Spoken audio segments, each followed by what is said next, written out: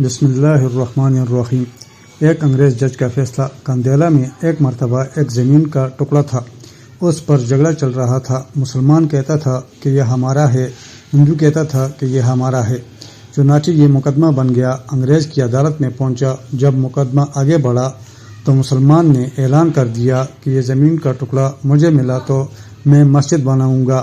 ہندو نے جب یہ سنا تو اس نے ضد میں کہہ دیا کہ یہ ٹکڑا اگر ہمیں ملا تو میں اس پر مندر بناؤں گا۔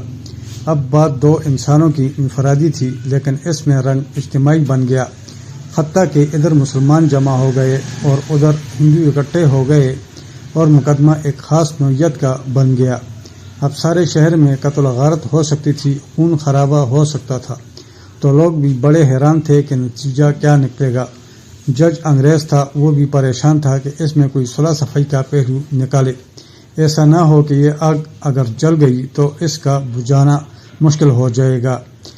جج نے مقدمہ سننے کے بجائے ایک تجویز پیش کی کہ کیا کوئی ایسی صورت ہے کہ آپ لوگ آپس میں بات چیت کے ذریعے مسئلے کا حل نکال لیں۔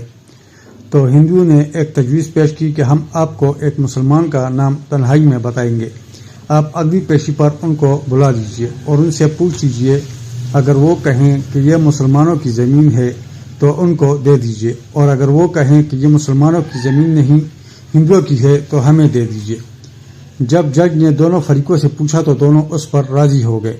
مسلمانوں کے دل میں یہ بات تھی کہ مسلمان ہوگا، جو بھی ہوا تو وہ مسجد بنانے کے لیے بات کرے گا۔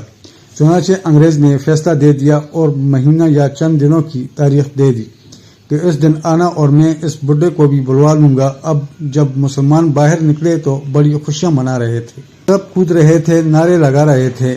ہندوؤں نے پوچھا اپنے لوگوں سے کہ تم نے کیا کہا؟ انہوں نے کہا کہ ہم نے ایک مسلمان عالم کو حکم بنا لیا ہے کہ وہ اگلی پیشے پر جو کہے گا اسی پر فیصلہ ہوگا۔ اب ہندوؤں کے دل مرجھا گئے اور مسلمان خوشی سے پھولے نہیں سماتے تھے، لیکن انتظار میں تھے کہ اگلی پیشی میں کیا ہوتا ہے۔ چنانچہ ہندوؤں نے مفتی الہی بخش کاندیلوی رحمۃ اللہ علیہ کا نام بتایا کہ جو شاہ عبدالعزیز رحمۃ اللہ علیہ کے شاگردوں میں سے تھے اور اللہ نے ان کو سچی زندگی عطا فرمائی تھی۔ مسلمانوں نے دیکھا کہ مفتی صاحب تشریف لائے ہیں تو سوچنے لگے کہ مفتی صاحب تو مسجد کی ضرور بات کریں گے۔ چنانچہ جب انگریز جج نے پوچھا کہ بتائیے مفتی صاحب، یہ زمین کا ٹکڑا کس کی ملکیت ہے؟ ان کو چونکہ حقیقت حال کا پتہ تھا، انہوں نے جواب دیا کہ یہ زمین کا ٹکڑا تو ہندوؤں کا ہے۔ اب جب انہوں نے کہا کہ یہ ہندوؤں کا ہے تو انگریز جج نے اگلی بات پوچھی کہ کیا اب ہندو لوگ اس کے اوپر مندر تعمیر کر سکتے ہیں؟ مفتی صاحب نے فرمایا جب ملکیت ان کی ہے تو جو چاہے کرے، چاہے گھر بنائے یا مندر بنائے، یہ ان کا اختیار ہے۔ چنانچہ فیصلہ دے دیا گیا کہ یہ زمین ہندو کی ہے، مگر انگریز جج نے فیصلے میں ایک عجیب بات لکھی۔ فیصلہ کرنے کے بعد لکھا کہ آج اس مقدمے میں مسلمان ہار گئے مگر اسلام جیت گیا۔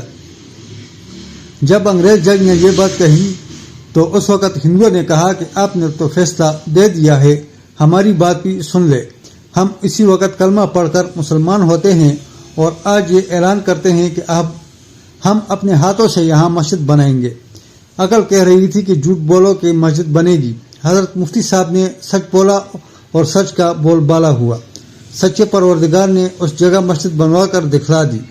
کئی مرتبہ نظر آتا ہے کہ جھوٹ بولنا آسان راستہ ہے اور سچ بولنا آسان راستہ نہیں ہے، یہ کانٹوں بھرا راستہ ہوا کرتا ہے۔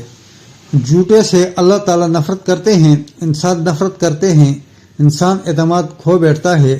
ایک جھوٹ کو نبھانے کے لیے کئی جھوٹ بولنے پڑتے ہیں، لہذا سچی زندگی کو اختیار کیجیے، اس پر پروردگار آپ کی مدد فرمائے گا۔ تو دوستو، یہ تھی آج کی اپڈیٹ۔ مزید ویڈیوز کے لیے چینل کو سبسکرائب کریں اور بیل آئیکن لازمی پریس کریں۔ شکریہ۔